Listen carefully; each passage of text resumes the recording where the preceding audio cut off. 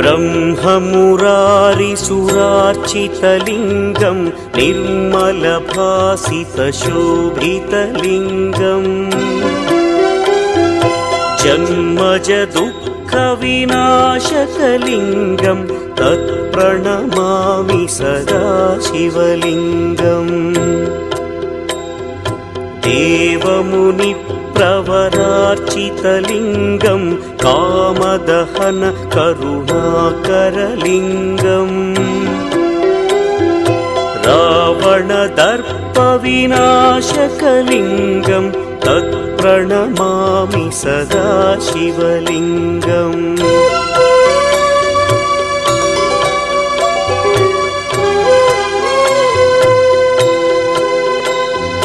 सर्वसुगन्धसुलेपितलिङ्गं बुद्धिविवर्धनका